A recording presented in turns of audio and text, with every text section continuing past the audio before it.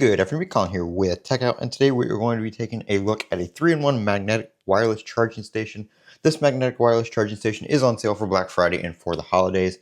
So I will leave a link to the Amazon description or Amazon page down below in the description. But this is a portrait and landscape mode supported charger. It is a 3-in-1, like I said, so it does your phone, your watch, and your AirPods. Of course, this is made for iOS devices. You have a maximum phone output of 15 watts. So it supports 15, 10, 7.5, and 5 watts.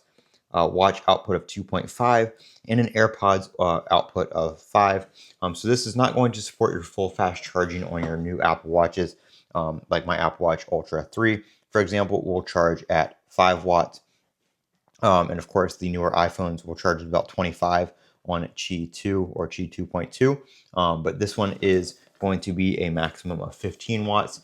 So if you know somebody that has an older iPhone, maybe like a 15, 14, 15, something like that, that still supports MagSafe, this is great for them. Or if you know somebody that just uses it on their nightstand and they don't really care, about the fastest charging speed, maybe they want to prolong battery health, stuff like that, then this one is going to be good for them. I will be doing a video of some other chargers as well. If you want, super fast charging speeds. It does come with a USB cable.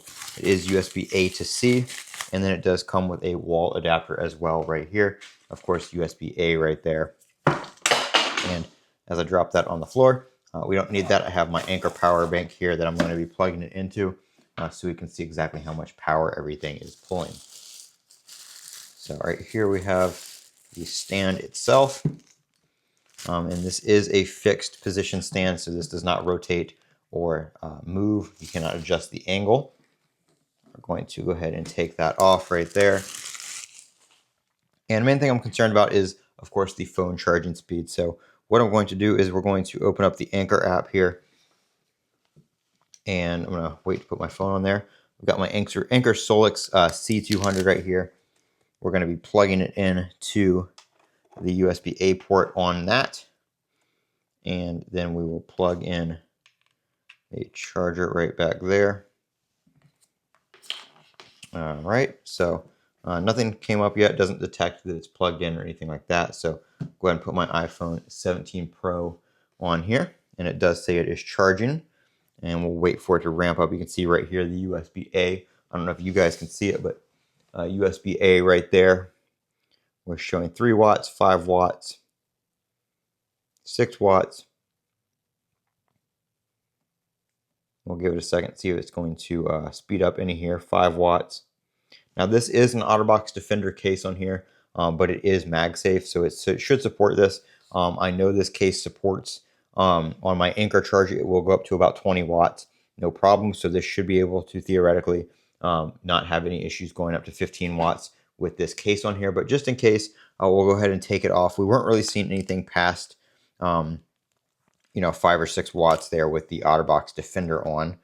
So I'll go ahead and remove this, and we will test it without a case on, just so we can get a fair comparison. But again, like I said, I know the OtterBox should not be blocking the charger that much because decent chargers like the Anchor 3-in-1, the newer Prime 3-in-1 will do up to like 20, 25 watts with the case on, no problem. So we'll put that back on here, and we'll go ahead and go back into the Anchor app here. There we go. We're pulling about 1-2 watts again. We do have a little blue LED down here that's on. My phone is at 45%, so the battery percentage is not affecting it. It's not slowing down because it's almost charged or anything like that. It is below half.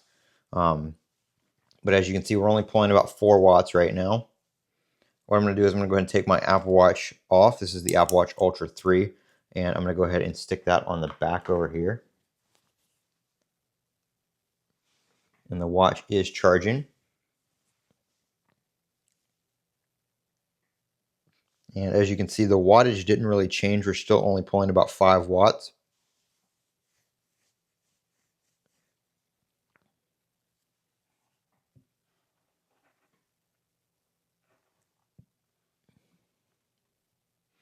All right, and just for, again, comparison's sake, I'm going to go ahead and switch the USB port on the on the Anchor Solix. You'll see it move down here to the second USB-A port. Might have to take it off and restart. There we go.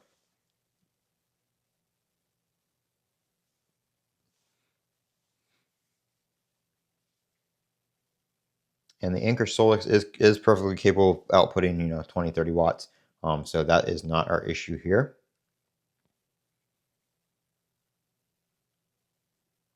But it's not pulling. It doesn't want to pull any more than 5 watts for whatever reason.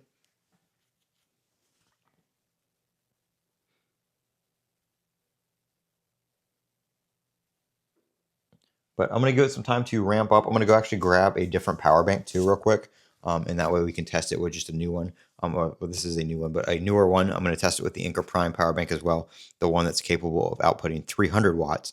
So we definitely shouldn't have an issue there. I'm going to run and grab that. I'm going to leave this on here running and just see if it ramps up past the 5 watts that we're looking at right now. All right, so it's been a couple minutes. I just came back. The phone, went to sleep. We're still only pulling 5 watts. As you can see here on the app, I'll let it connect again and load. There we go, 5 watts. So I've got my other Anchor power bank here. This one is capable of 22.5 watts from the USB-A port. So we're going to go ahead and switch it over. And this one has the Anchor app as well. So we'll go ahead and connect to it.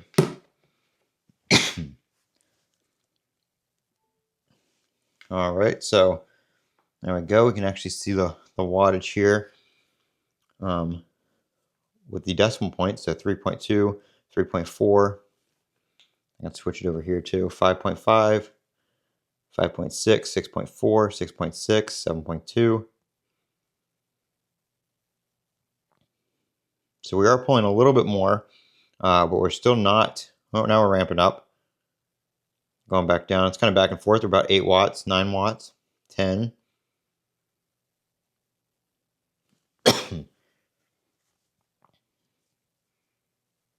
So we're still not getting 15, and we do have the phone and the watch both on here. And the watch battery is currently at 73%, so it should be able to charge pretty quickly. But as you can see, we're still only pulling about 8 to 10 watts. It's still not ramping up to the full 15. So while this other charger did not go up to 15 on my other Anchor power bank, it's still not doing, still not wanting to do the full 15 watts for the phone at all on the other one. Go ahead and switch it back over. I want to test it, fairly here. So now keep in mind for Black Friday, this is 25 bucks. So again, if you have somebody that doesn't care how fast their phone charges, maybe it's still a good value for them. Go over here to the other power bank again.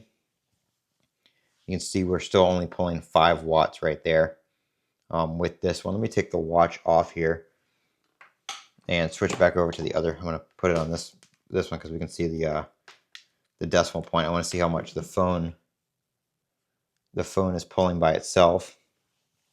So we can see here. We'll take it off, put it back on. As you can see, we're at 1 watt, 1.7, 1.5. It's probably kind of hard for you guys to see. I can't really angle this too much, but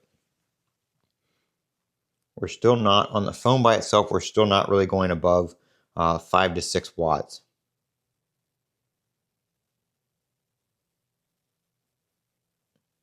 Now we're going up into the 7s.